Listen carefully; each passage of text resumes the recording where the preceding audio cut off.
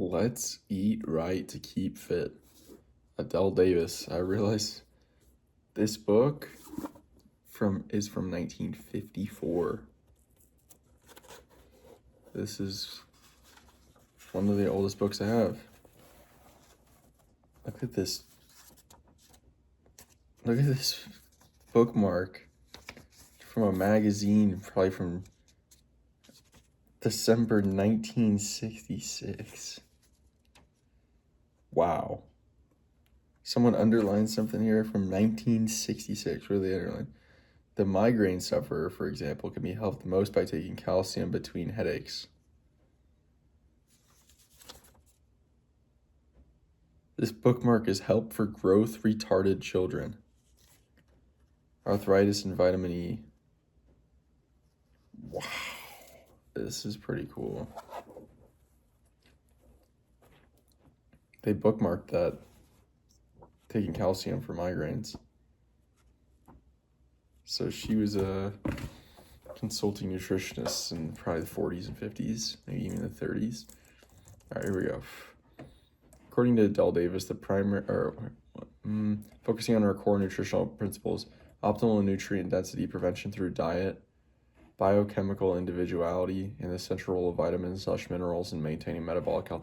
That's crazy, because when did vitamins become popular?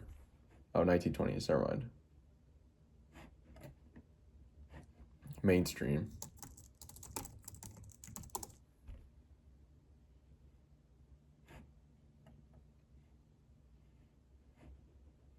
(1940s, late 1950s). Wow. It's around this time. According to Adele Davis, the primary reason many people experience preventable fatigue or illness is that meals are eaten at a regular time, disrupting natural appetite cycle.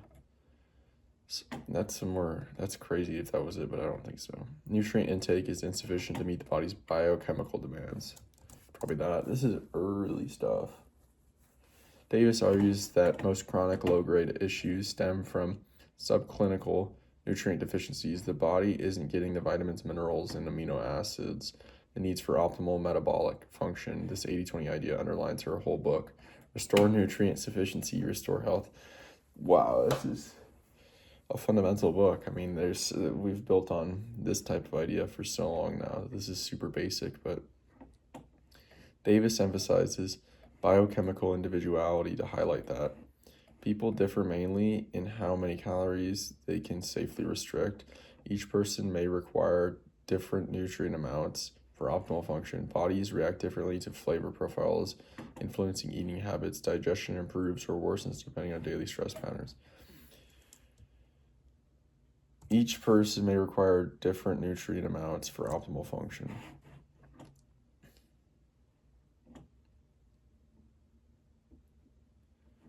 Davis believed that one of the most effective ways to prevent degenerative conditions was to prioritize whole foods to reduce exposure to artificial sweeteners, maintain steady blood sugar by limiting all forms of dietary fat, ensure generous intake of vitamins and minerals that support cell repair.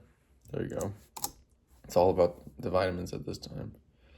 Chemicals. For Davis, a big lever is restoring the body's biochemical capacity for repair. Vitamins and minerals serve as cofactors in nearly every cellular process. When they're abundant, the body can prevent or slow many degenerative issues. This is one of her core 80-20 mechanisms. A recurring theme in Davis's work is that protein matters not just for muscles, but because it stabilizes blood sugar more effectively than any other nutrient. It provides amino acids essential for hormone and enzyme formation. It's going to be that.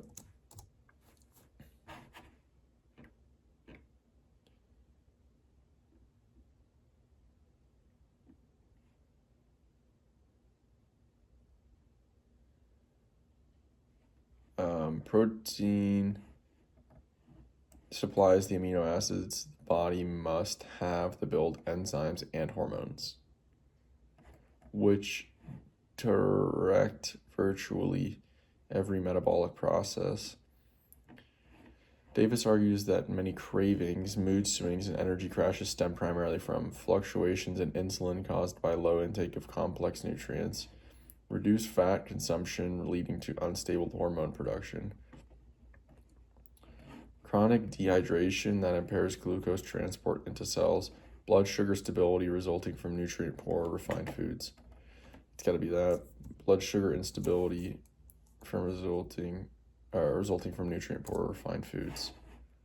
Wow. That's crazy. She was talking about this in 1954. You'd think, oh, everyone was healthy in the 1950s. Everyone was eating whole foods. What were they eating?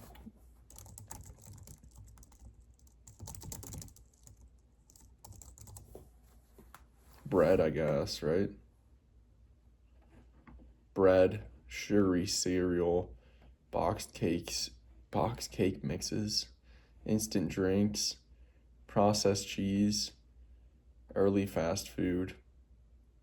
Definitely was not as bad without all these more dangerous modern chemicals, but some of that is not natural looking. I'm looking at some nasty shit right here. Got a bunch of different colors in it.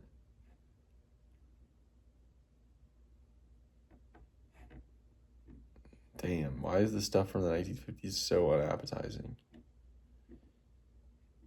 It's like this Jello stuff.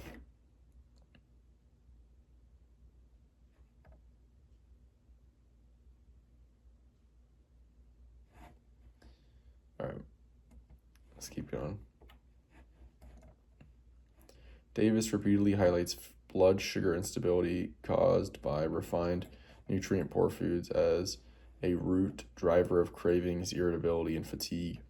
Stabilizing blood sugar by improving nutrient density is one of her key 80-20 levers.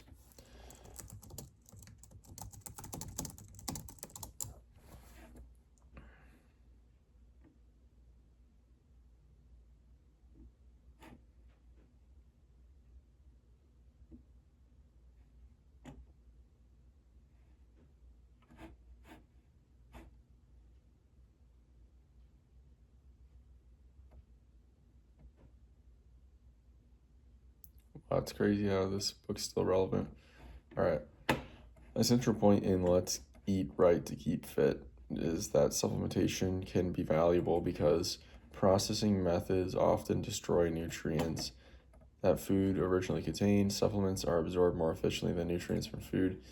They allow people to replace meals without losing nutritional quality. They prevent immune reactions triggered by certain whole foods. Processing methods often destroy nutrients that foods originally contained. Davis argued that modern food processing strips away essential vitamins and minerals, so supplementation can help restore what the original food provided. Her 80-20 claim: nutrient loss in processing is a major hidden cause of deficiency symptoms. For Davis, one of the most practical ways to support children's health is to replace most fats with carbohydrates to maintain steady energy, keep protein low to reduce strain on developing kidneys, provide nutrient-dense meals to meet rapid growth demands. Oh, that's gotta be the one. Davis emphasized that children have rapid growth rates and therefore unusually high nutrient requirements. Supplying nutrient-dense meals is one of her simplest, highest impact principles for supporting development and preventing early deficiency patterns. Davis believed that the most reliable marker of whether a diet is supporting long-term vitality is a consistently low scale weight relative to height, reduced appetite due to improved metabolic efficiency, the presence of strong cravings indicating faster nutrient turnover, steady energy levels that reflect adequate nutrient availability. I assume steady energy levels. For Davis, steady, resilient energy is the clearest real-world indicator that nutrient intake is sufficient and metabolism was well supported. When the body has the vitamins, minerals, proteins, and healthy fats it needs, energy stabilizes. Core 80-20 outcome in her philosophy. All right, here's the 80-20 summary of Let's Eat Right to Keep Fit. First, nutrient sufficiency is the foundation of health. Most chronic fatigue, irritability, cravings, and early degenerative issues stem from subclinical deficiencies, not from calories or willpower. Processing strips essential nutrients. Modern food manufacturing removes vitamins and minerals, making supplementation or nutrient-dense whole foods crucial. Biochemical individuality matters. People vary widely in their nutrient needs. Standard intakes often fall short for many individuals. Blood sugar stability is a central lever. Refined foods cause cravings, mood swings, and energy crashes. Nutrient-rich foods create stability. Protein provides the body's working parts. Amino acids build hormones and enzymes, key metabolic regulators, so adequate protein is essential. Children have exceptionally high nutrient demands. Rapid growth requires nutrient-dense meals. Deficiency early on has outsized effects. The best vitality indicator is sustained energy. Stable energy reflects a well-nourished metabolism better than weight or appetite alone. Nice. All right, that's very interesting how this is relevant to today, even though it was from the 1950s. A lot of the problems that we have in the modern world were already stemming and blossoming back then. So that's it for today. Talk to you tomorrow. See ya. All right, it's time to do the Symposium by Plato. In the course of a lively drinking party, a group of Athenian intellectuals exchange views on eros, or desire. From their conversation emerges a series of subtle reflections on gender roles, sex in society, and the sublimation of basic human instincts. Discussion culminates in a radical challenge to conventional views by Plato's mentor, Socrates, who advocates transcendence through spiritual love. The Symposium is a deft interweaving of different viewpoints and ideas about the nature of love as a response to beauty, a cosmic force, a motive for social action, and as a means of ethical education. All right, let's go.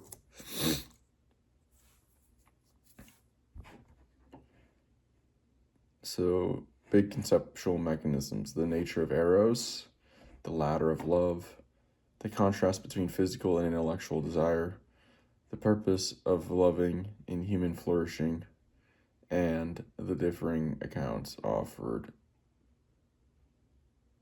by each speaker. In Symposium, what core assumption unifies the various speeches about eros?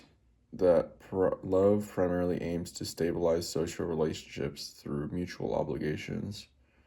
That love emerges from a divine gift bestowed equally on all human beings. That love responds to a sense of lack and seeks fulfillment through what is perceived as good. That love functions mainly as a form of emotional equilibrium within the psyche. I guess it's that love responds to a sense of lack and seeks fulfillment through what is perceived as good. All the speakers, despite their disagreements, treat eros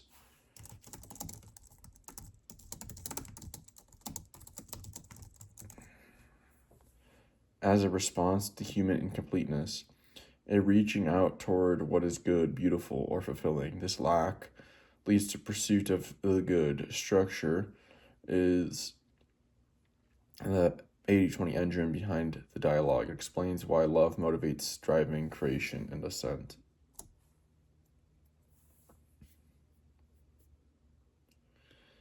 In Diotima's account, what distinguishes the ladder of love from the earlier descriptions of eros? It presents love as a progressive shift from practical beauties to the form of beauty itself. It defines love strictly as a mutual agreement between equal partners. It prioritizes emotional comfort over intellectual development. No. It interprets beauty as merely subjective and depends on personal perception. It presents love as a progressive shift from particular beauties to the form of beauty itself. Diotima's ladder reframes love as an ascending educational process, starting with desire for a single beautiful body and moving step by step toward appreciation of beauty itself. This idea explains most of the dialogue's philosophical momentum. Love is not just an emotion, but a path to intellectual and ethical transformation. According to Aristophanes' myth, what is the primary function of love? To balance reason and emotion within each individual, to reconnect humans with their original cosmic purpose, to recover a lost wholeness by seeking one's missing other half, to cultivate civic harmony through shared rituals. Probably not. To reconnect humans with their original cosmic purpose. Maybe.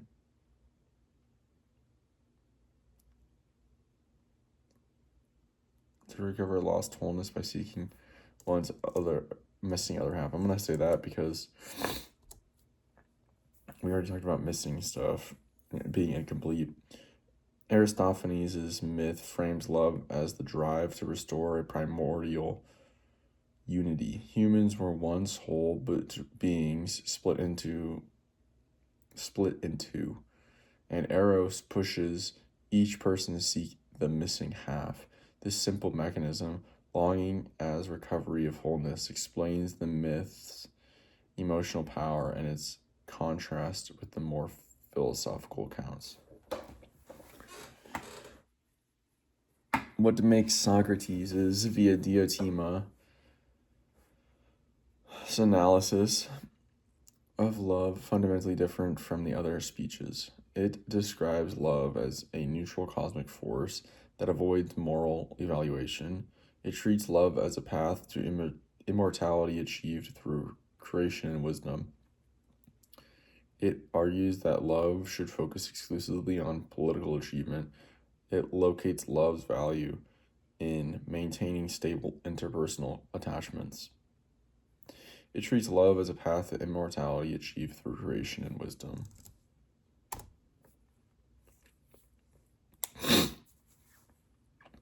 Socrates / Diotima reframes love as a creative pursuit of immortality, whether through physical reproduction, cultural achievement, or philosophy's grasp of eternal truths. This striving toward the everlasting is the deepest structural claim in the dialogue and explains why the latter culminates in the form of beauty. According to Phaedrus, what role does love play in reshaping moral excellence? It motivates lovers to seek honor because each wishes to be worthy in the other's eyes. It tempers excessive desire by promoting emotional detachment. It creates harmony by aligning the soul's rational and spirited parts. It offers divine inspiration that replaces the need for deliberate choice. Maybe it motivates lovers to seek honor because each wishes to be worthy in the other's eyes. Phaedrus argues that love inspires courage and virtue because lovers want to appear admirable to one another. This dynamic, moral striving, driven by admiration and shame, is his central mechanism explaining why Eros produces noble actions. In Agathon's speech, what is his main mistake that Socrates later exposes? He assumes that love is primarily a destructive cosmic force. He treats love as already possessing the beauty and goodness it desires. He reduces love to political ambition disguised as affection. He denies that love plays any role in artistic creation. He treats love as already possessing the beauty and goodness it desires. No? Yeah, it was. Agathon indeed paints love. All right, love cannot already possess what it desires because desire arises from lack. All right, what does Alcibiades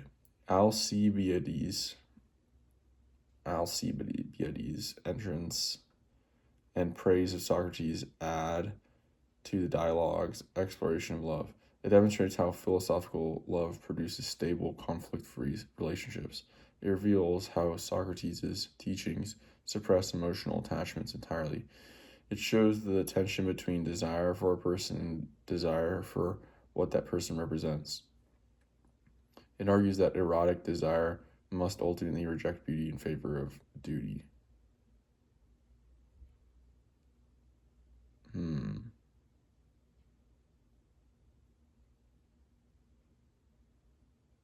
Shows the tension between desire for a person and desire for what that person represents. I don't know. Yeah. Alcibiades' emotional, conflicted admiration for Socrates illustrates the gap between loving a particular person and loving the ideal they embody. His speech dramatizes the pull between personal desire and philosophical aspiration, grounding Diotima's abstract assent in lived human experience. What is the ultimate purpose of love in Diotima's teaching? To secure emotional stability through reliable relationships, to gain honor by excelling in culturally valued achievements, to participate in immortality by creating or contemplating enduring beauty. See.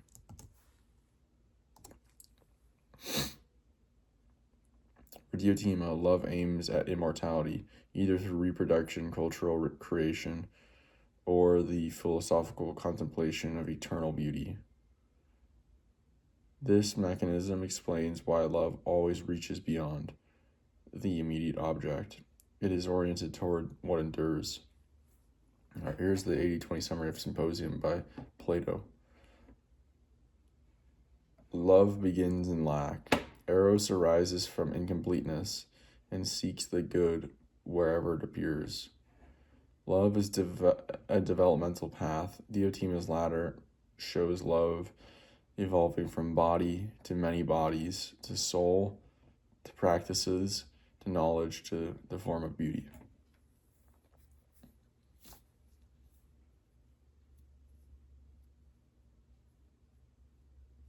Beauty motivates striving. The sight of beauty drives creation, excellence, and inquiry, not mere pleasure. Love aims at immortality. Humans seek to leave something lasting, whether children, achievements, or wisdom. Desire has both personal and philosophical forms. Alcibiades' turmoil contrasts loving a person with loving what they represent. All right. That's Symposium. It's actually very short. The book itself, or the dialogue itself, is only, oh my gosh, 63 pages. 64. Anyway, that's it for today. Talk to you later. See ya. Alright, what is color? 50 questions and answers on the science of color.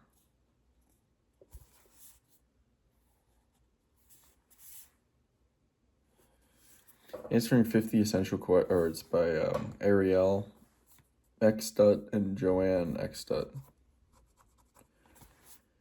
Answering 50 essential questions, what is color? Offers a comprehensive and digestible overview of the science of color. It takes the reader on an amazing visual journey from the physics of light and the quirky biology of the brain that perceives it, to the working of color vision, to the many ways that color theorists have subdued the chaos of color into color wheels and other useful systems for artists and industry. What is color will help anyone in the arts, design, or sciences work more effectively and creatively with color.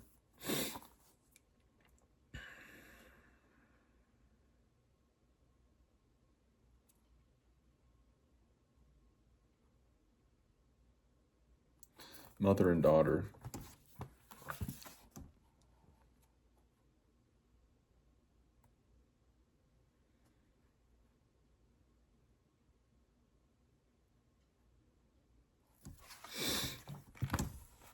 It looks like a really, really nice book.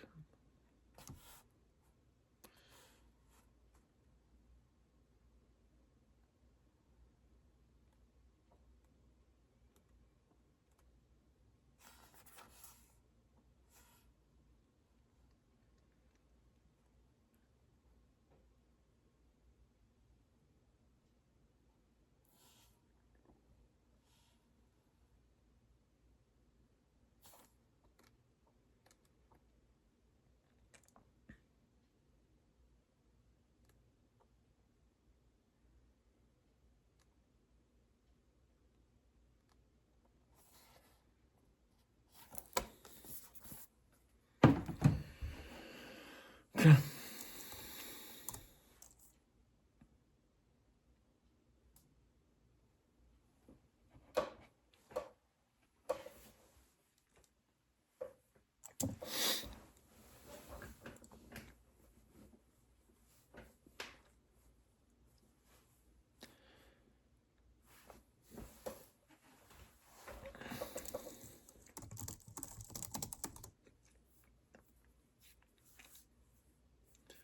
All right.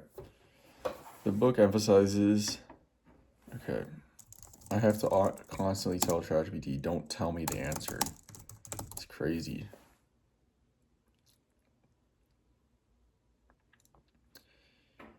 The book explains that color exists primarily because objects release unique pigment particles that reach the eyes. Definitely not. The brain applies fixed surface labels that stay constant in all light. Light of varying wavelength is processed by human vision. It's gotta be that. Color arises because light with different wavelengths interacts with our visual system and the brain interprets those signals as color. This is one of the core 80-20 insights of the book. No light, no color. No perceiver, no color. Everything else builds on this principle. That's interesting, yeah. It's really just making up colors based on differing wavelengths. A central idea is in the book is that color depends not just on light, but on the way our eyes and brain interpret that light. This is why colors always appear identical regardless of surrounding context. Definitely not. Perception adjusts to maintain stability under changing light. Surfaces shift color only when their pigments chemically change. The brain relies solely on raw wavelengths without comparison. Perception adjusts to maintain stability under changing lighting. Perception adjusts to maintain stability under changing lighting. Major theme of what is color is color constancy. The brain compares surrounding information and adjusts perception so colors seem stable even when lighting changes dramatically. This explains much of everyday color experience. The book distinguishes between additive and subtractive color because each system uses identical primaries but transforms them through different filters, produces color through opposite interactions of light and pigment, generates hues exclusively by mixing physical materials, creates color only when used in natural outdoor illumination. Additive and subtractive color.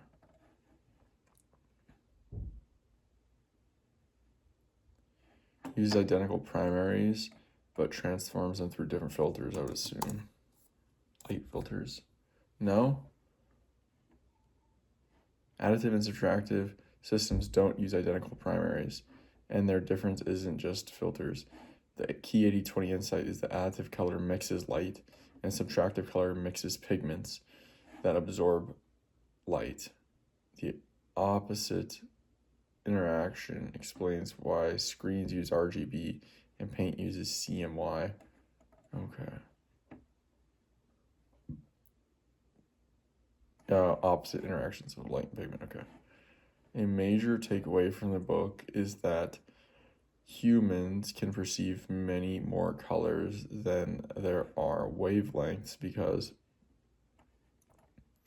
the cones overlap in response and the brain blends their signals. That's probably right. Each cone detects a single isolated wavelength with no overlap. Now, most colors arise only from mixtures found in the natural world. The eye creates colors by assigning each hue a fixed wavelength.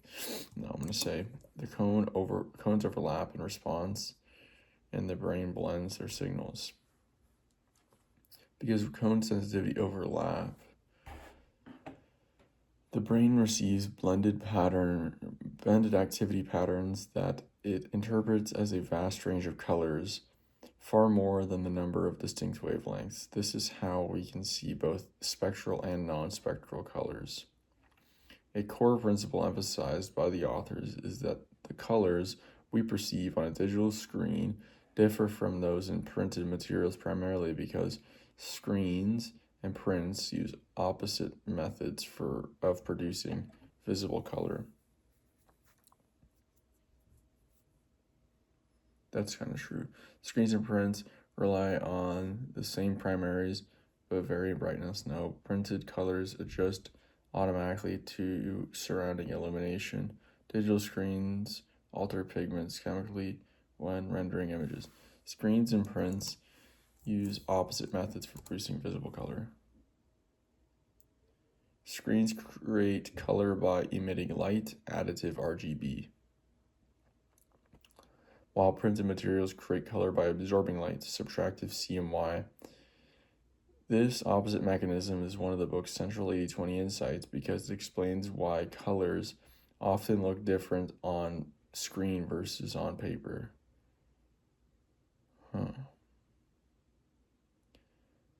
The book highlights that lighting conditions dramatically influence color perception, primarily because most colors vanish unless viewed under pure white light sources.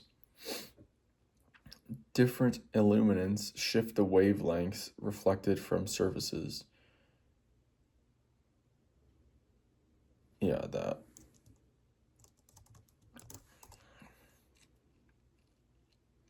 Illuminants change which wavelengths a surface reflects, so the light reaches your eyes, and therefore the perceived color can shift substantially.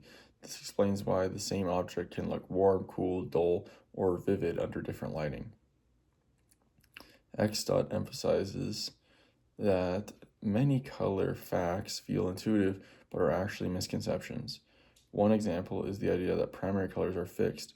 According to the book, primaries are universal constants determined by human biology alone, vary depending on the color system and mixing method used, stay the same across all subtractive and additive models, are defined by the most commonly occurring natural pigments, vary depending on the color system and mixing methods used. The book stresses that there's no single set of universal primaries. Instead, primaries depend on the system, additive RGB, subtractive CMY, artistic pigments, and so on. This flexibility is a key 80-20 insight. Primaries are tools, not natural laws. According to the authors, the way language shapes color perception illustrates that.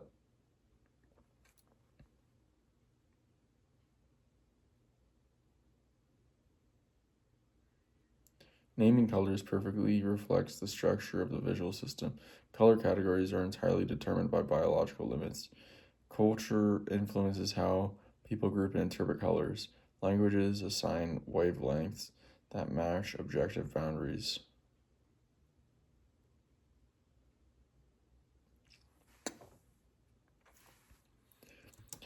Culture influences how people group and interpret colors. The book highlights that while biology sets the capacity for seeing color, culture shapes how we categorize and talk about it. Different languages divide the spectrum differently, showing that perception is partly constructed, not purely physical. A key 80-20 idea is that what is color is that objects don't inherently have color. Instead, we perceive color because surfaces hold stable hues that remain constant in all lighting. Objects generate wavelengths based on their internal pigments. Surfaces reflect and absorb light, and brains interpret the result. And that's gotta be it. Color is not a fixed property of objects.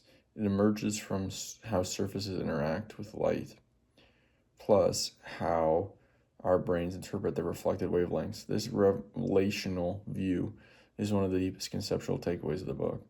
The book uses illusions and visual demonstrations to show that much of what we call color depends on comparison. This illustrates that the visual system judges colors mainly by averaging the entire visual field, interprets colors through local contrast rather than absolute values. I think it's that. Major insight from the book is that the brain interprets color relatively, not absolutely. Local contrast, how a region compares to nearby colors, drives much of what we perceive, which is why illusions so effectively trick color perception. So here's the 80-20 summary of what is color. Color is not inherent, it is an interaction. Color arises only when light, a surface, and a perceiver interact. No light or no brain equals no color. Light's wavelengths plus cone responses create the raw signal. Overlapping cone sensitivities allow the brain to infer a huge range of colors from a limited set of biological sensors. The brain interprets color, not just receives it. Mechanisms like color constancy and contrast processing let colors appear stable or dramatically shift depending on context. Additive and subtractive color are opposite systems. RGB light mixing and versus CMY pigment mixing explains why screens and prints behave so differently. Primaries are tools, not universal truths. Different systems use different primaries depending on whether they're mixing light, eye, or paint. Lighting conditions matter enormously. Change the illuminant, change the wavelength reflected, change the perceived color. Culture shapes color categories. Language divide the spectrum differently, revealing that perception is partly constructed. Color perception is relational. The brain evaluates color through comparisons, not absolute values, the foundation of color illusions. Wow, super interesting. A lot of neuroscience, a bit of physics, and then a little bit of linguistics. Andrew Huberman. Scientists and non-scientists alike will appreciate the elegance and accessibility of this important book. Andrew Huberman, professor of neurobiology and ophthalmology, Stanford University School of Medicine. Wow. Okay.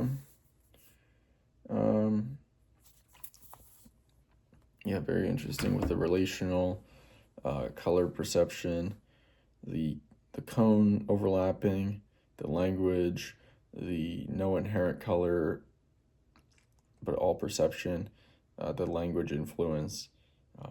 It's all pretty interesting. So, the RGB versus CMY. Yeah, that's it for today, though. I'll talk to you later today, probably soon. New book, Pneumology, Mnemonics for the 21st Century by James P. Worthen and R. Reed Hunt. Essays in Cognitive Psychology.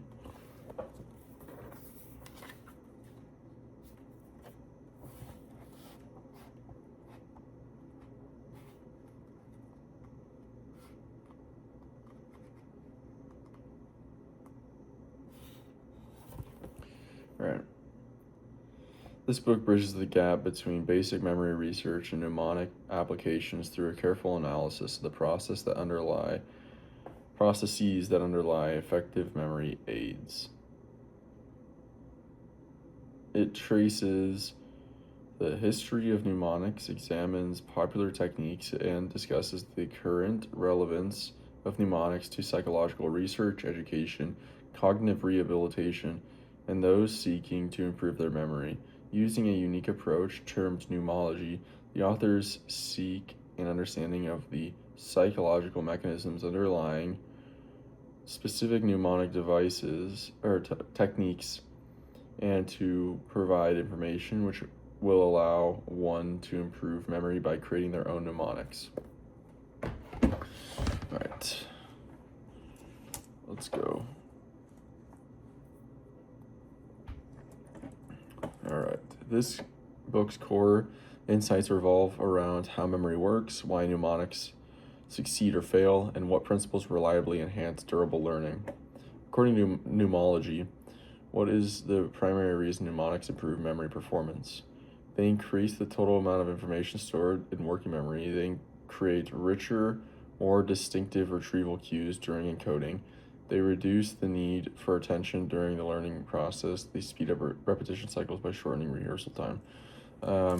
They create richer, more distinctive retrieval cues during encoding. Mnemonics work mainly because they strengthen retrieval cues. They make the encoded information more distinctive, structured, and easier to access later. This cue-focused mechanism explains most of their effectiveness across different memory tasks. Worthen and Hunt emphasize that mnemonics are most effective when they align with which underlying memory principle. Memory improves most when learners minimize elaboration. No. Retrieval depends primarily on cue target distinctiveness. Forgetting is best prevented by blocking practice by category. Encoding is strongest when information is rehearsed verbatim. Retrieval depends primarily on cue target distinctiveness. That's the only one that could be right. The central theme in pneumology is that memory hinges on the distinctiveness of the cue target relationship. Mnemonics boost their distinctiveness, making retrieval more reliable across contexts, a key 80-20 principle of the entire book. Worthen and Hunt argue that one common limitation of traditional mnemonics in real-world learning is that they often fail to provide meaning-based connections to the material. That's potential. Yeah, this is something one limitation in actual learning. They require more working memory capacity than most learners have. No. They depend on highly unusual perceptual stimuli unavailable in practice. No. They primarily benefit recognition rather than recall. No. They often fail to provide meaning-based connections to the material.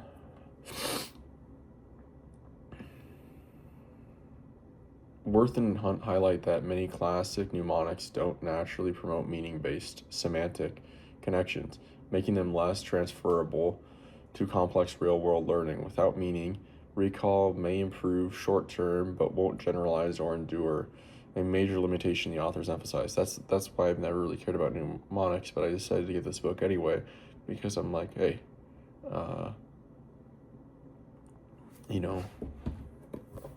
I can't block off everything before I've actually listened to it and potentially and thought about it and gave it a chance. So, and everyone always talks about mnemonics and learning. It's actually a really short book, 129 pages.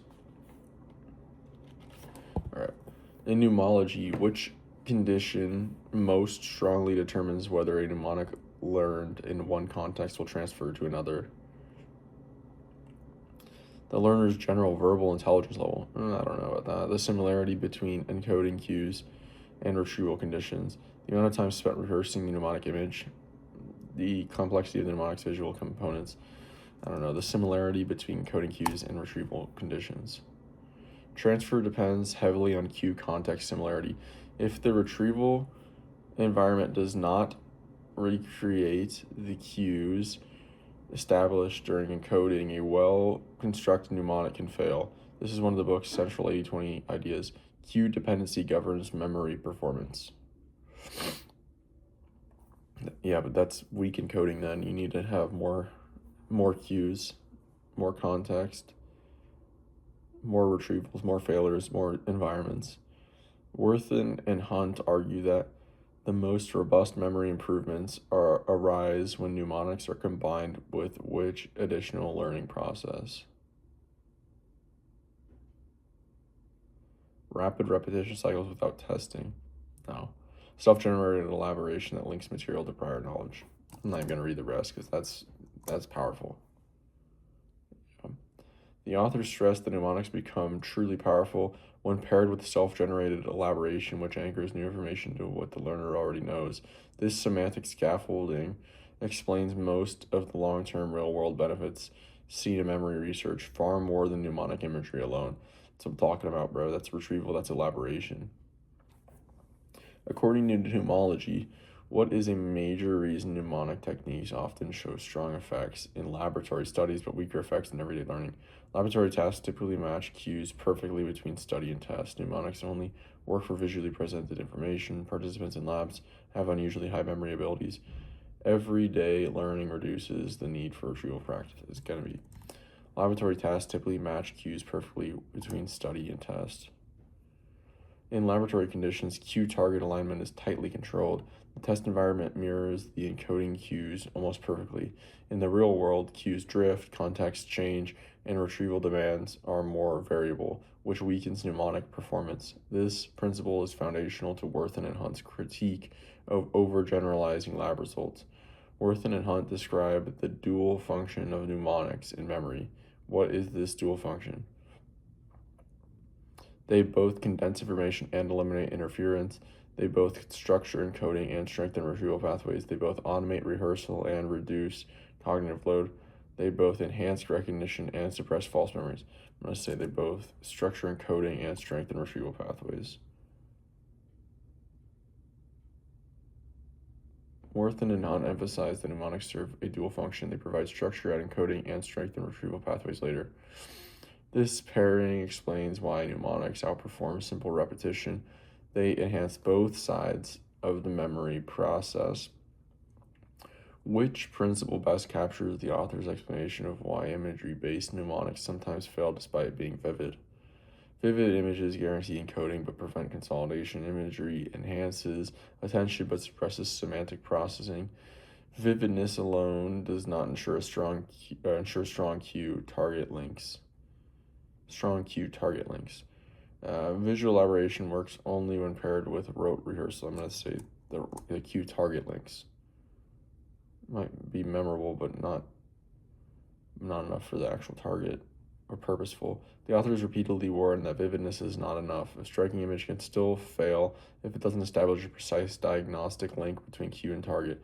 Mnemology's 80-20 message: memory depends on the quality of the cue-target relationship, not on the vividness of the imagery itself. Worthen and Hunt argue that the keyword method is especially vulnerable when the learner relies on arbitrary keywords with weak semantic ties. The target material is emotionally neutral. Learners are already highly familiar with the target material. The method is applied to material with consistent phonetic patterns. The learner relies on arbitrary keywords with weak semantic ties. That's what I'm going to guess. The keyword method breaks down when the chosen keyword has weak or arbitrary semantic connections to the target. Without meaningful linkage, the mnemonic becomes brittle and prone to forgetting, reinforcing the author's core idea that mnemonics succeed only when cue target distinctiveness is meaningful and diagnostic.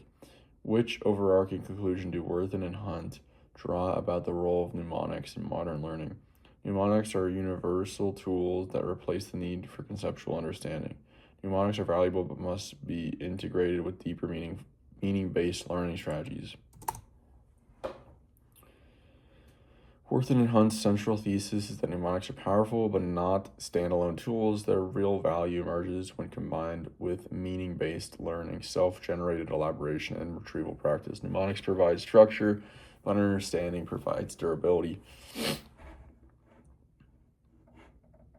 Takeaway from mnemology.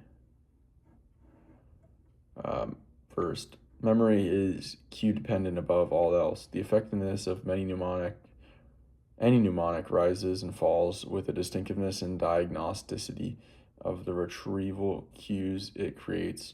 Vividness is overrated. Meaning linkage is essential. A striking image helps, but without a precise cue target connection, the mnemonic won't hold up in real world conditions. Encoding and retrieval must align. Mnemonics shine in labs because cues match perfectly.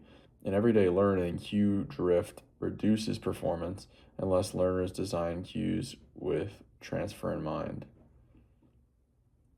Mnemonics are strongest when paired with elaboration, self-generated meaning, connections to prior knowledge, and retrieval practice transform mnemonics from short-term tricks into long-term learning tools. Real-world learning requires flexibility, not rigid mnemonic formulas. Worthen and Hunt argue for a modern approach to mnemonics as a part of a broader strategy, not a replacement for understanding. All right, well, this actually is very in line with what I believe. They might be a tool for specific use cases. Maybe they really would supercharge my learning system. I don't know. Maybe I need to give it more of a chance. But I'm happy with that, getting a better understanding of what the basis of the points the authors are making behind, it not being everything and you just focus only on mnemonics to learn. That retrieval and elaboration and meaning and understanding are actually completely necessary. So the mnemonics aren't just a waste of time, except for memorizing specific, pretty useless things. We have writing and we have computers for rote memorization. You don't need to try to remember like paragraphs of information word for word.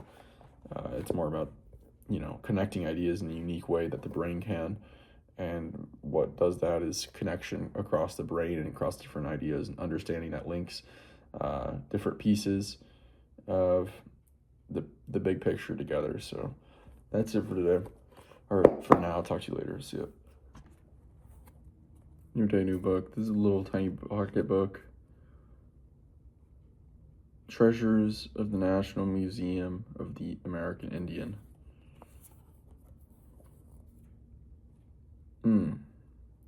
This impressive little volume offers a far-ranging overview of the most significant collection of art by Native Americans anywhere in the world. The Smithsonian Institution's new National Museum of the American Indian is dedicated to the preservation, study, and exhibition of the life, languages, literature, history, and arts of Native Americans, spanning more than 10,000 years. The 1 million objects in the museum's collections represent the extraordinary scope of Indian life in the Americas. From ancient stone points to contemporary Indian paintings, these objects make vividly clear the diversity and vigorous creativity of Native cultures from the Arctic to the southern tip of South America.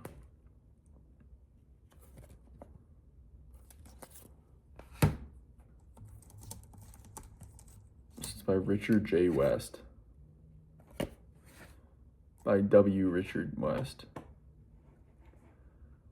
W. Richard West.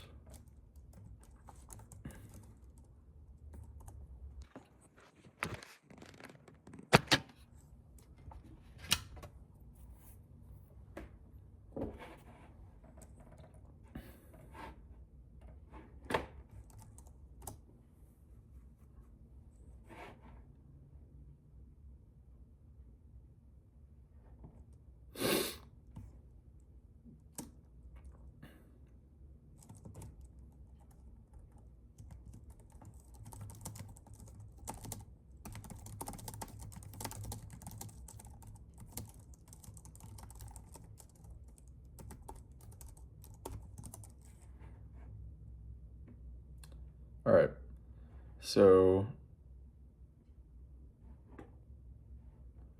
the core 80-20 ideas commonly emphasized in the treasures that the National Museum of the American Indian focus on: the diversity of indigenous cultures across the Americas, the cultural meaning of objects beyond aesthetics, continuity and adaptation of native traditions, community, land, and identity as interconnected, the impact of colonization on cultural preservation and representation.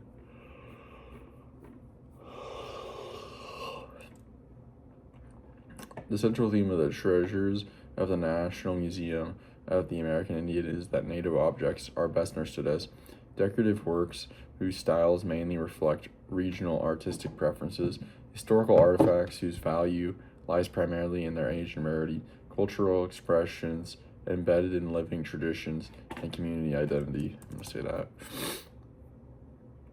The book, echoing W. Richard West's perspective, emphasizes that native material culture is inseparable from the living communities, beliefs, and relationships that produced it. Objects are not isolated artworks or relics. They are expressions of identity, ceremony, worldview, and continuity. Across the book, one of the strongest 80/20 insights is that the diversity of native cultures across the Americas is best understood as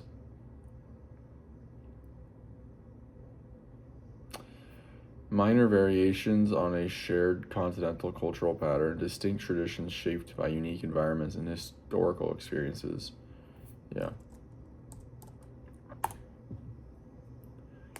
A core message of the book is that indigenous cultures across the Americas are profoundly diverse, each shaped by specific landscapes, technologies, spiritual systems, and historical trajectories.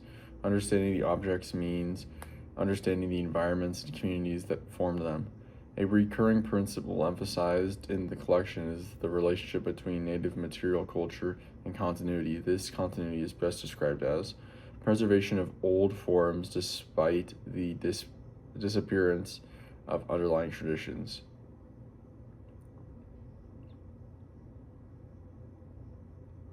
Recreation of historical objects mainly for modern museum displays. Adaptation of long-standing traditions to new circumstances while maintaining core meaning. Replacement of traditional forms with contemporary artistic conventions. Adaptation of long-standing traditions to new circumstances while maintaining core meanings. The book highlights that native traditions are not static. Communities continually adapt materials, techniques, and designs to new contexts while preserving the cultural meaning that anchors them. Continuity is dynamic, not frozen in time. One of the museum's guiding interpretive principles, reflected throughout the book, is that the meaning of an object is most fully understood when it is compared stylistically to similar pieces from other world cultures, it is analyzed solely through Western art historical categories. Its cultural context, community relationships, and ceremonial roles are included there. A major theme underscored by W. Richard West is that objects cannot be separated from the communities, relationships, and ceremonial context that give them meaning. The museum's mission is to restore that context rather than present objects as detached artworks. The book emphasizes the impact of colonization.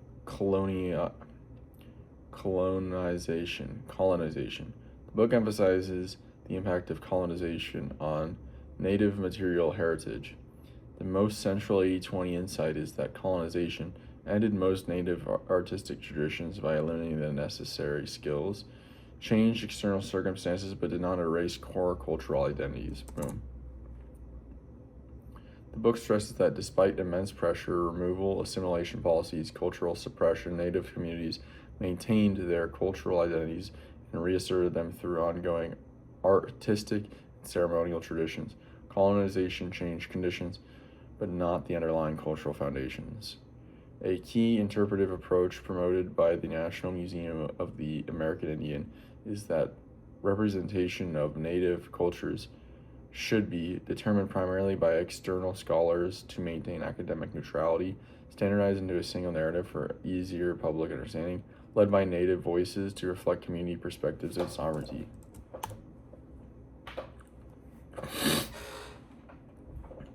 A foundational principle of the NMAI and a major theme in this volume is that native peoples must speak for themselves. Representation is strongest and most accurate when communities define how their histories, objects, and identities are presented. One of the book's central themes is the relationship between land and cultural identity. This connection is best described as symbolic but not significantly tied to daily life or tradition, primarily economic, shaping trade but not spirituality, central to worldview, ceremony, and the meaning of cultural objects. The book emphasizes that land is not just territory, it is identity, memory, and spiritual grounding. Many objects in the collection derive their form, material, and meaning directly from relationships with place. Another major insight is the purpose of ceremonial and prestige objects. According to the book, these objects primarily function as indicators of wealth for competitive display within the community, aesthetic collectibles valued for intricate decoration, embodiments of spiritual power, social relationships, and community responsibilities. That one. Ceremonial and prestige objects often carry spiritual significance, encode social roles, and reinforce communal bonds. Their value lies not in decoration alone, but in the relationships and responsibilities they materialize. A guiding idea of the book is that indigenous art forms should be understood as isolated artistic inventions unrelated to broader cultural systems, primarily technical achievements focused on perfecting materials, integrated elements of a cultural system involving belief, kinship, and environment. Have all these been answers been C? Almost entirely. Stop making all of the answers C.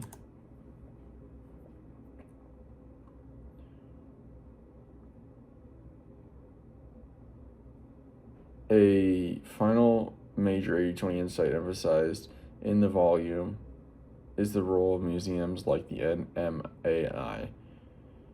Their mission is best described as collaborating with Native communities to represent cultures on their own terms.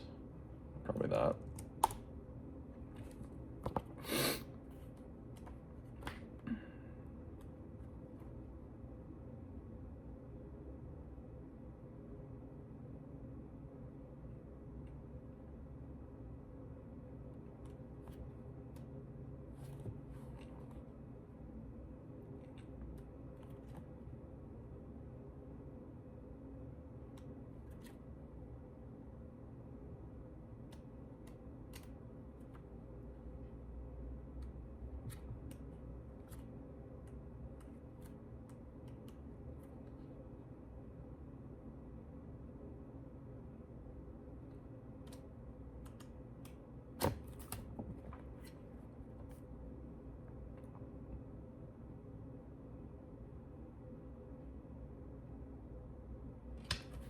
All right. Okay. The central mission of the NMAI, shaped strongly by W. Richard West's leadership, is to work with Native communities so that representation is grounded in their own voices, values, and sovereignty. This collaboration reframes museums from being collectors of culture to partners in cultural self-definition. Here's the 80/20 ideas. Objects are living expressions of culture. They carry identity, memory, spirituality, and community relationships, not just aesthetics or function. Diversity across the Americas is profound. Distinct environments, histories, and worldviews shape unique cultural traditions. Continuity is adaptive, not frozen. Native cultures evolve while maintaining core meanings, even under colonial pressure. Land is central to identity. Place defines materials, stories, and the very meaning of objects. Ceremonial and prestige objects express relationships and responsibility. Their value is rooted in spiritual and social meaning. Representation must be native-led. The NMAI prioritizes indigenous voices and sovereignty in telling their own stories. Museums play a collaborative, not authoritative role. Their task is partnership, context, restoration, and cultural respect. All right, that's it for now. I will talk to you later. See ya. All right, new day, new book. Born to Run. A hidden tribe, super athletes, and the greatest race the world has never seen. Christopher McDougall. Full of incredible characters, amazing athletic achievements, cutting-edge science, and most of all, pure inspiration. Born to Run is an epic adventure that began with one simple question: why does my foot hurt? In search of an answer, Christopher McDougall sets off to find a tribe of the world's greatest distance runners and learn their secrets, and in the process shows us that everything we thought we knew about running is wrong. Isolated by the most savage terrain in North America, the reclusive Tarahumara Indians of Mexico's deadly copper canyons are custodians of a lost art. For centuries, they have practiced techniques that allow them to run hundreds of miles without rest and chase down anything from a deer to an Olympic marathoner while enjoying every mile of it. Their superhuman talent is matched by uncanny health and serenity, leaving the Tarahumara immune to the diseases and strife that plague modern existence. With the help of Cabello Blanco, a mysterious loner who lives among the tribe, the author was able not only to uncover the secrets of the Tarahumara, but also to find his own inner ultra athlete as he trained for the challenge of a lifetime, a 50-mile race through the heart of the Tarahumara country, pitting the tribe against an odd band of Americans, including a star ultramarathoner, a beautiful young surfer, and a barefoot wonder. With a sharp wit and wild exuberance, McDougall takes us from the high-tech science labs at Harvard to the sun-baked valleys and freezing peaks across North America, where ever-growing numbers of ultra runners are pushing their bodies to the limit, and finally to the climactic race in the Copper Canyons. Born to Run is that rare book that will not only engage your mind, but inspire your body when you realize that the secret to happiness is right at your feet, and that you, indeed all of us, were born to run.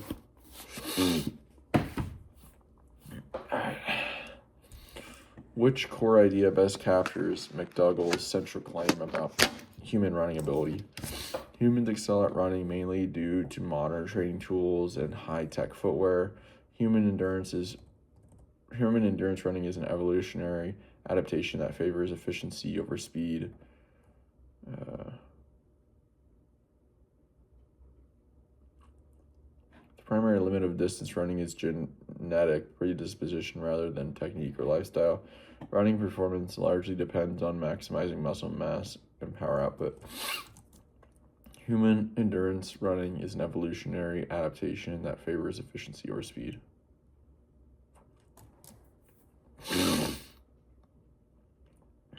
McDougall argues that humans are built for endurance running, not because we're fast, but because evolution favored traits like cooling capacity, spring-like tendons, upright posture, and energy efficiency over long distances. This evolutionary frame explains most of the book's ideas about why running can feel natural when done properly. According to Born to Run, what is the main lesson the Tarahumara exemplify about running? Running is best approached as a competitive discipline focused on maximizing speed. Running becomes sustainable when treated as joyful, communal, and low stress. Longevity in running requires strict adherence to structured training cycles. Effective running depends primarily on isolating and strengthening specific muscle groups. Running becomes sustainable when treated as joyful, communal, and low stress. The Tarahumara show that running thrives when it's joyful, social, relaxed, and integrated into daily life.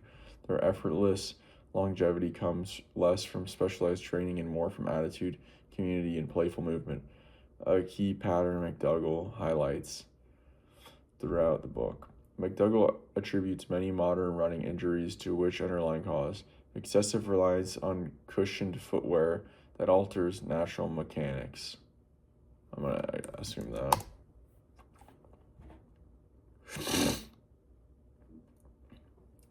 A major theme of the book is that highly cushioned, structured shoes change how we land, often encouraging heel striking and increasing impact forces.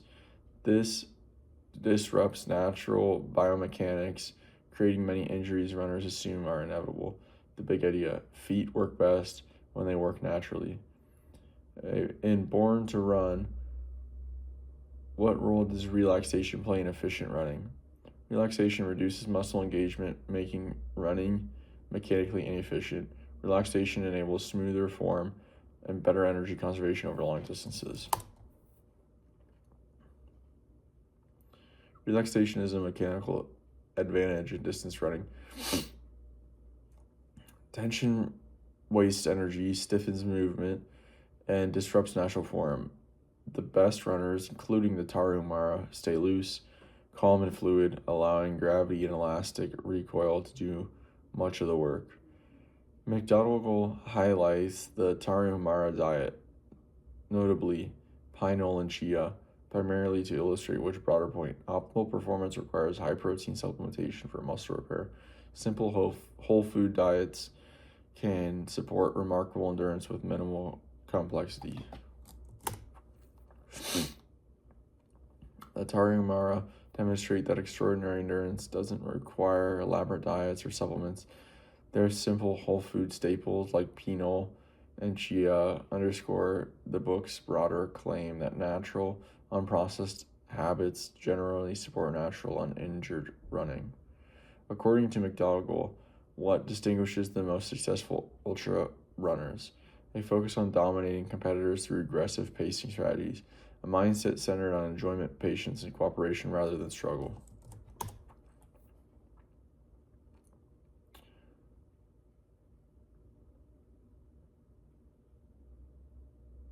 What the fuck?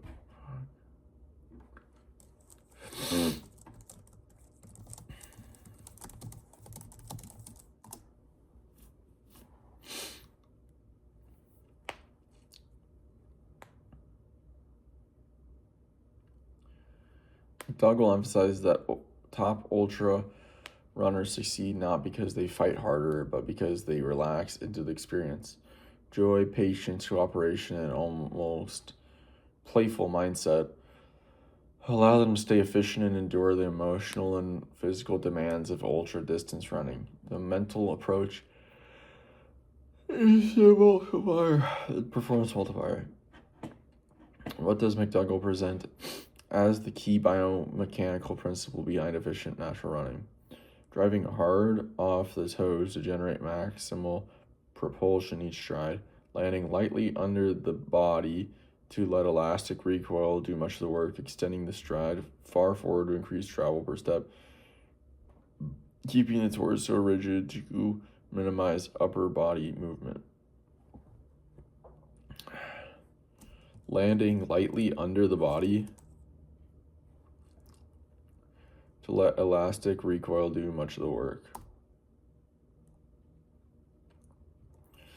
Efficient running works like a spring system. When you land lightly under your center of mass, your tendons store and release energy naturally. This reduces muscular effort, lowers injury risk, and supports long-distance endurance, a core mechanics first lesson of the book. McDougall uses Cabello Blanco's story primarily to illustrate which foundational idea. Elite running requires solitude and strict isolation from others.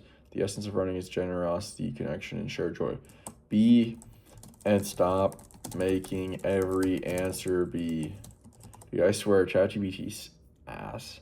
We thought it was so advanced at first.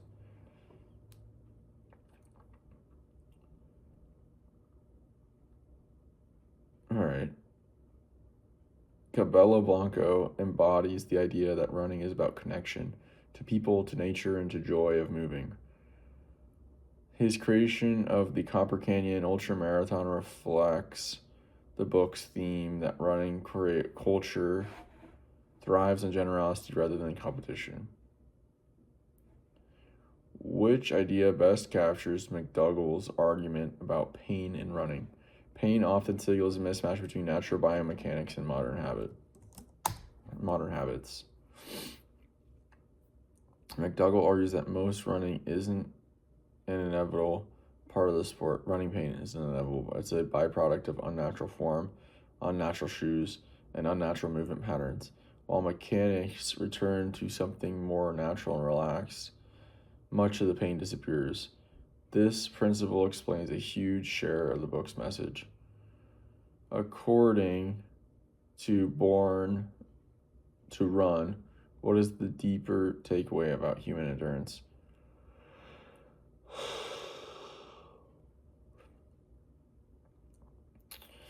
Endurance emerges mainly from maximizing physiological performance metrics. Endurance is fundamentally a blend of mindset, joy, and cooperative energy.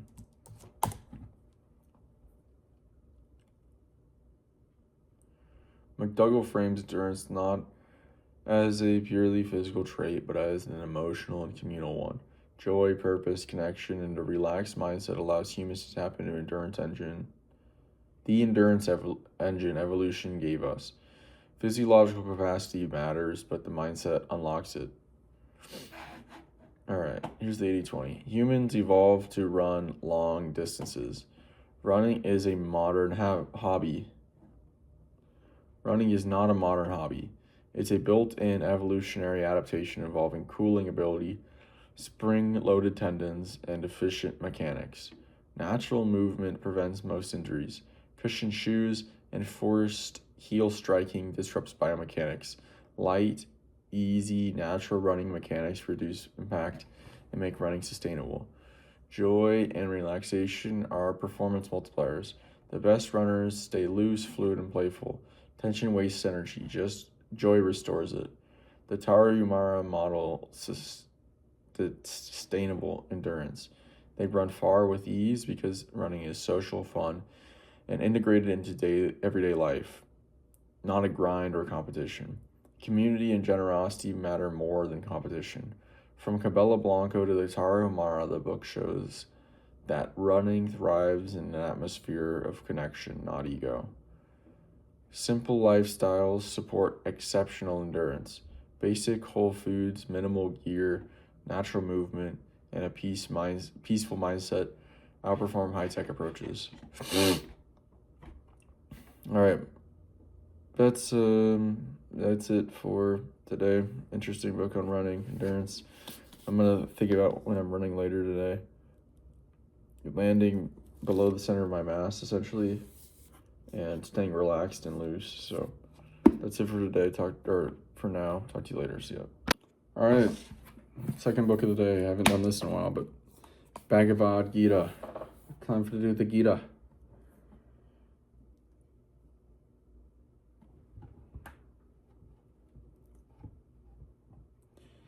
The Bhagavad Gita is universally renowned as the jewel of India's spiritual wisdom, spoken by Lord Sri Krishna, the Supreme Personality of Godhead, to his intimate devotee Arjuna. The Gita's 700 concise verses provide a definitive guide to the science of self-realization. The Gita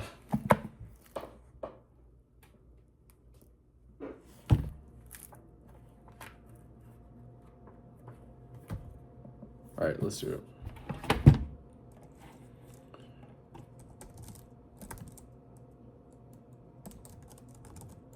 Bhagavad Gita.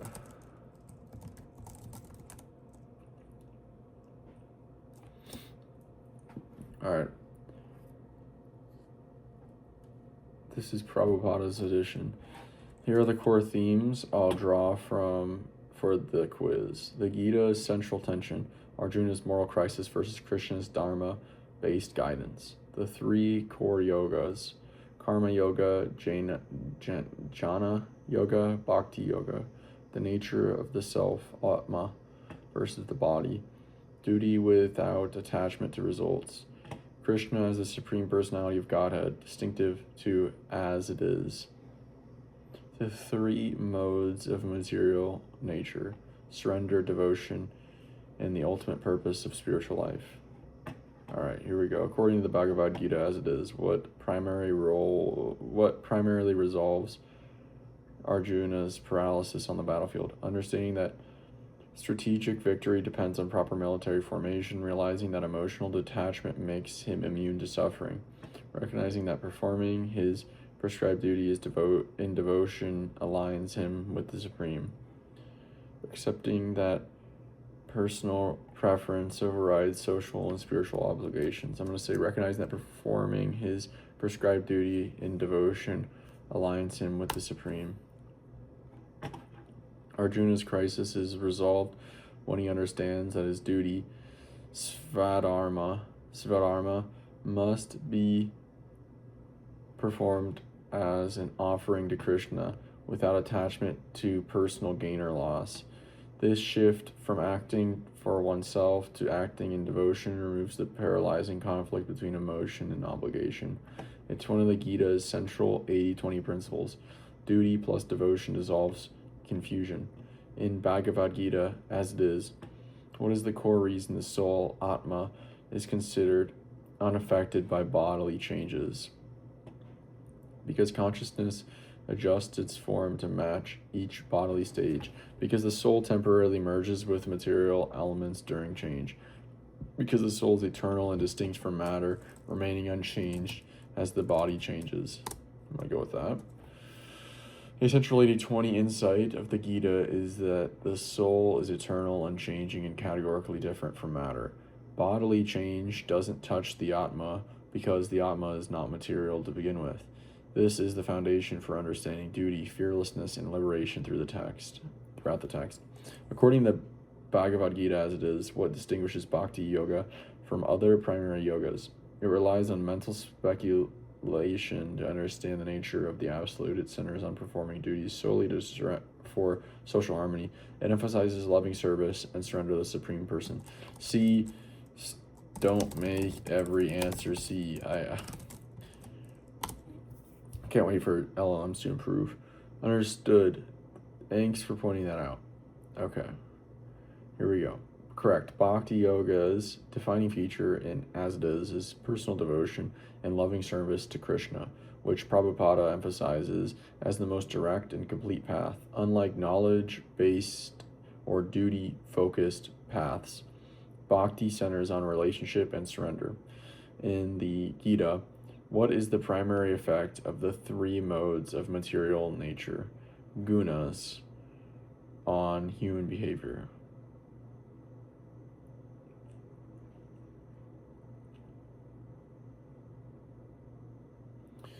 They determine the body's physical lifespan.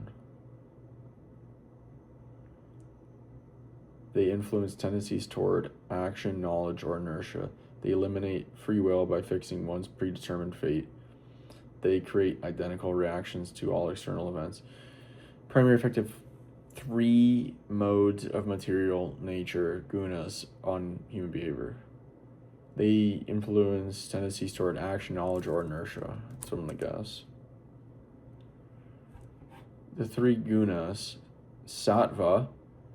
Whoa, sattva? That's the sattva bed frames. That's my bed frame is sattva. It's spelled differently, but clarity, rahas, passion, tamas, inertia, shape our tendencies, not our destiny. They tilt us towards certain kinds of action, motivation, or lethargy. Lethargy? Understanding them gives a powerful 80-20 lens for interpreting human behavior across the Gita. According to Bhagavad Gita as it is, why is acting without attachment to results considered spiritually elevating? Because it prevents mistakes by reducing emotional involvement, because it trains the mind to suppress all desires permanently, because it aligns action with duty rather than ego-driven outcomes. The Gita teaches that attunement to results ties action to the ego, while acting from duty, dharma, aligns one with a higher purpose. The shift reduces karmic entanglement and clarifies one's path, a core 80-20 insight throughout the text. In Bhagavad Gita as it is, why does Krishna reveal his universal form, Virat Rupa, to Arjuna? To demonstrate the scientific principles behind cosmic creation, to confirm his supreme position and strengthen Arjuna's conviction to act. Let's go with that. Krishna reveals the universal form to establish his supreme authority and remove Arjuna's remaining doubt, giving Arjuna the confidence to act according to divine instruction. It's a pivotal moment showing that Bhagavad Gita, as it is, emphasizes Krishna's personal supremacy as central to understanding duty and devotion. In Krishna's instruction on the nature of work, what most clearly defines karma yoga in the Gita? Renouncing all action to avoid karmic reaction. Performing prescribed duties with controlled emotion, acting responsibly while offering the results to the Supreme, increasing productive effort to purify one's material situation. I don't know. Acting responsibly while offering the results to the Supreme. No.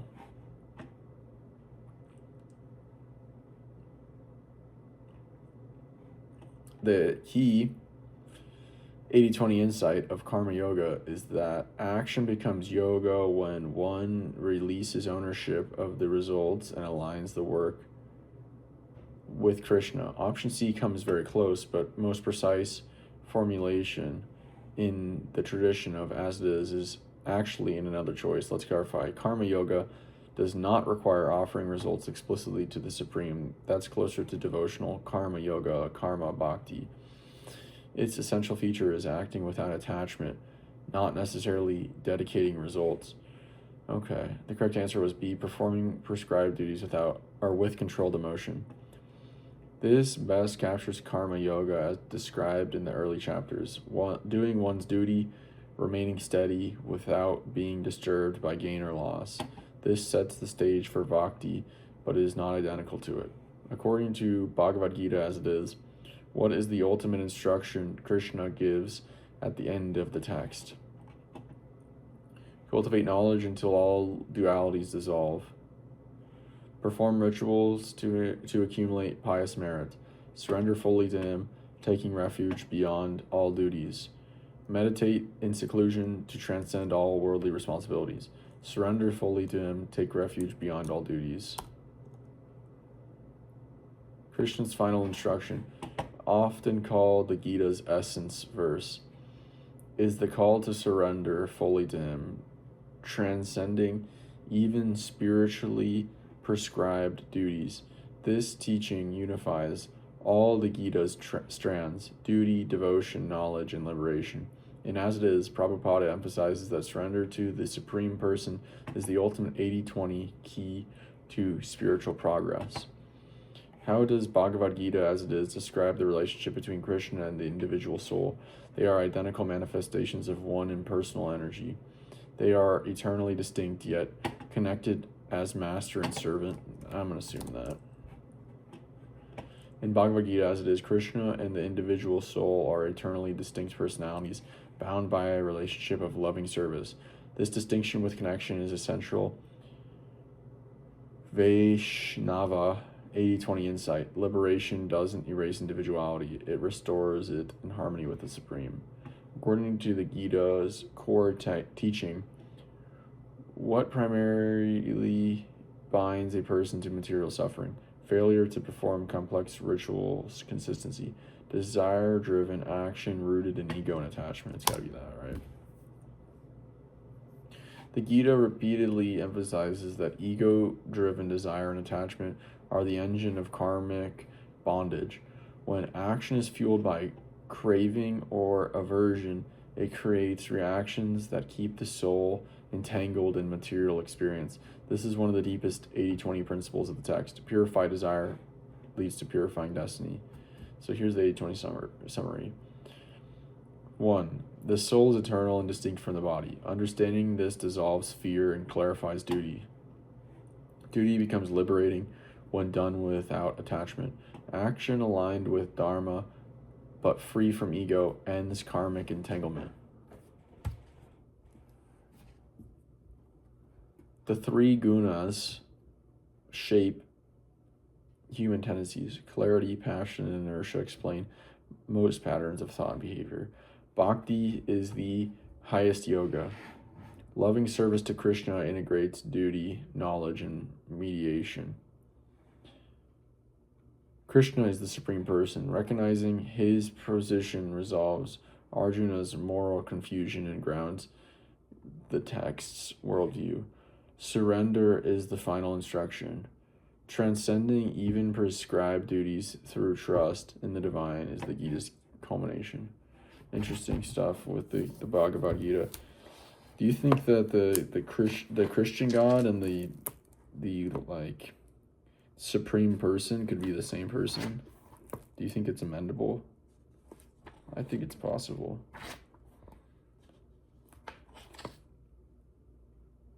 And isn't there like one God in Islam as well? Why can't it all be the same entity? Just a thought. Anyway, that's it. Talk to you tomorrow. See you. Built to sell. Creating a business that can thrive without you. John Warlow. Run your company, don't let it run you. Most business owners started their company because they wanted more freedom to work on their own schedules, make the kind of money they deserve, and eventually retire on the fruits of their labor. Unfortunately, according to John Warlow, most owners find that stepping out of the picture is extremely difficult because their business relies too heavily on their personal involvement. Without them, their company, no matter how big or profitable, is essentially worthless. But the good news is that entrepreneurs can take specific steps, no matter what stage a business is in, to create a valuable, sellable company. Warlow shows exactly what it takes to create a solid business that can thrive long into the future.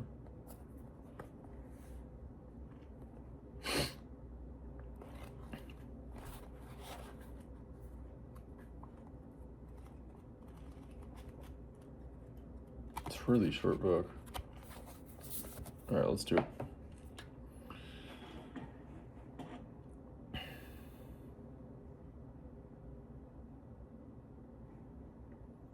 According to Built to Sell, what is the core reason most small businesses are difficult to sell? They focus on broad service offerings that rely heavily on the owner's personal involvement. They lack sophisticated financial models that appeal to outside investors. They do not invest enough in brand advertising to attract premium buyers. They fail to adopt industry standard technology that streamline operations. They focus on broad service offerings that rely heavily on the owner's personal involvement. A business isn't sellable if it depends on the owner. Most small businesses offer customized services which require the owner's skill, judgment, and client relationships. Buyers avoid these because they're purchasing a job, not a scalable asset.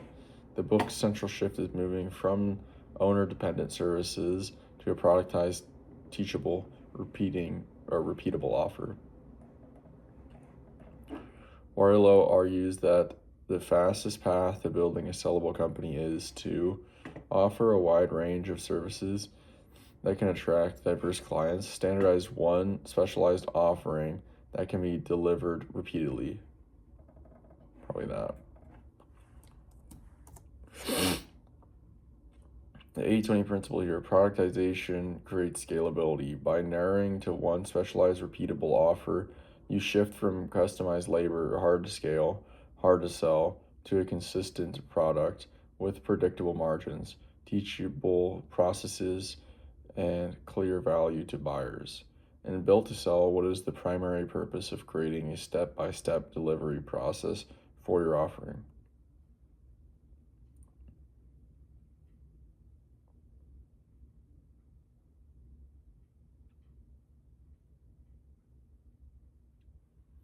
To ensure employees can deliver the service without relying on the owner. To increase the perceived complexity of the business for higher pricing, to satisfy potential investors who require formal documentation. That's going to be A. To ensure employees can deliver the service without relying on the owner. The key insight, a sellable business runs without the founder. A clear, teachable process ensures consistent quality and lets employees, not the owner, deliver the product. This is one of the highest leverage moves in the book. Remove yourself from production so the business becomes an asset, not a job. Why does Barlow emphasize creating a recurring revenue model when possible? It stabilizes cash flow and makes for future earnings more predictable for buyers. Sure. The 80/20 insight: recurring revenue multiplies valuation because it reduces uncertainty. Buyers pay more for predictable, contracted, or subscription based revenue streams. Stability today signals stability tomorrow, which is ultimately what acquirers are buying.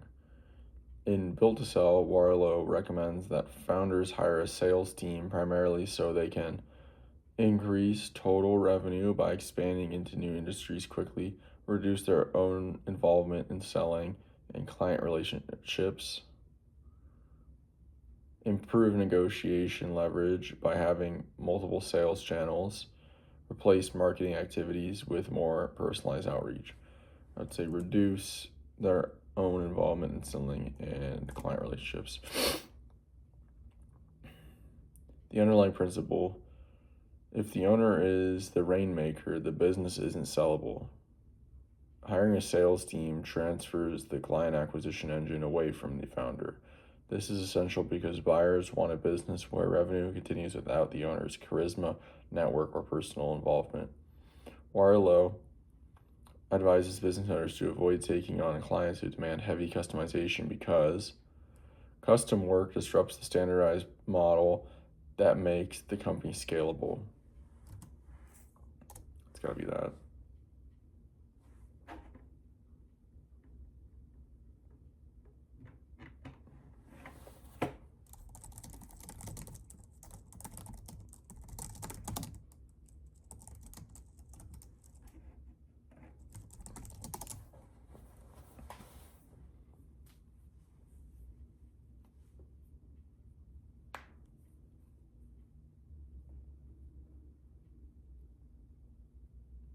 Here is a reissued. Okay. When preparing a business for sale, Warlow recommends building a management team primarily because it helps the company justify formal performance reviews to potential buyers, signals that leadership and decision making are not dependent on the founder.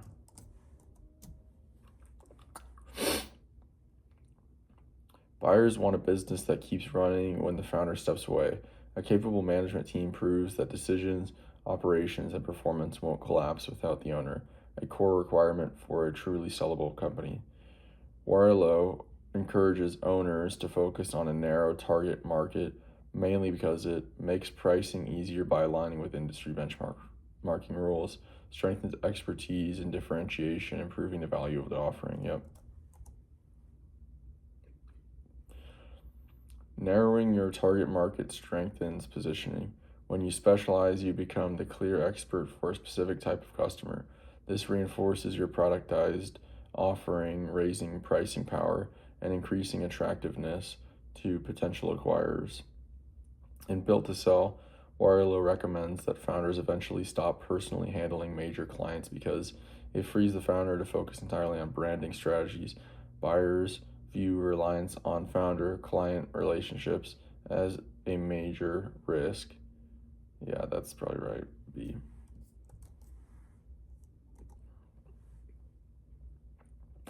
The 80/20 reason: if key clients depend on the founder, the business has concentrated risk that buyers won't accept. Transferring relationships to staff signals durability. Clients stay with the company, not with you. Why does Warlow emphasize keeping financials clean and simple when preparing to sell a business? It reduces tax obligations during the due diligence process or period. It prevents auditors from requesting historical operational data. It increases buyer confidence by making performance easy to evaluate. Yep, see.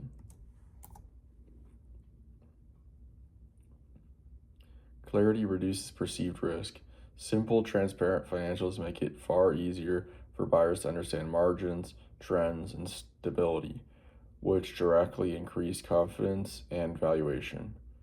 All right, takeaway from Built to Sell. Here's the 80/20. Productize your offering. Narrow to one specialized, repeatable service that can be delivered consistently. Remove owner dependence. Build processes, a sales team, and management so the business runs without you. Create a predictable revenue. Recurring revenue models dramatically increase valuation. Protect standardization. Avoid customization and resist client demands that break the system. Strengthen positioning. Focus on a narrow niche and become the go-to expert. Build transferability. Shift client relationships and operations to your team. Maintain clean financials. Transparency reduces buyer uncertainty and boosts the sales price. Okay. That's very interesting, as we are just starting to actually customize an offering for one of our potential clients in our business right now. I think a lot of it makes sense. Some of it's easier said than done. It would be just really easy to just pick something very simple and small and niche and become the expert and sell it, scale there. Yeah, but it's actually, a lot easier to get started by just offering customizable service. Just to get your feet off the ground. I guess it's a balancing act. I think initially being able to customize stuff and then eventually figure out, hey, this is where we should really hone in. That can be a great way to productize that small part that you found is really valuable. Also, for certain areas, it's like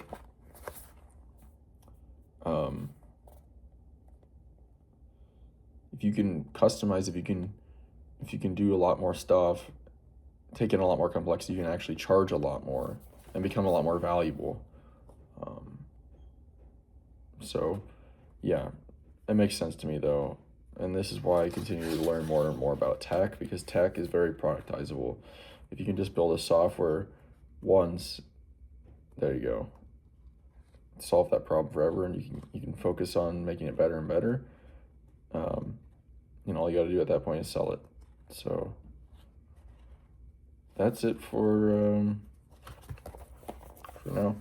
Talk to you later. See ya.